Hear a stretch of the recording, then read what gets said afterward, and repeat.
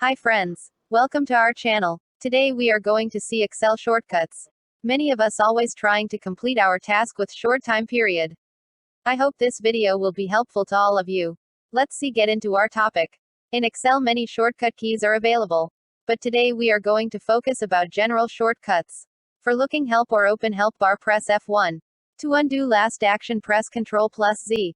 To redo last action press Ctrl plus Y. For copy selection or copy cell press Ctrl plus C. To repeat our last action press F4. For cut selection or cut cell press Ctrl plus X.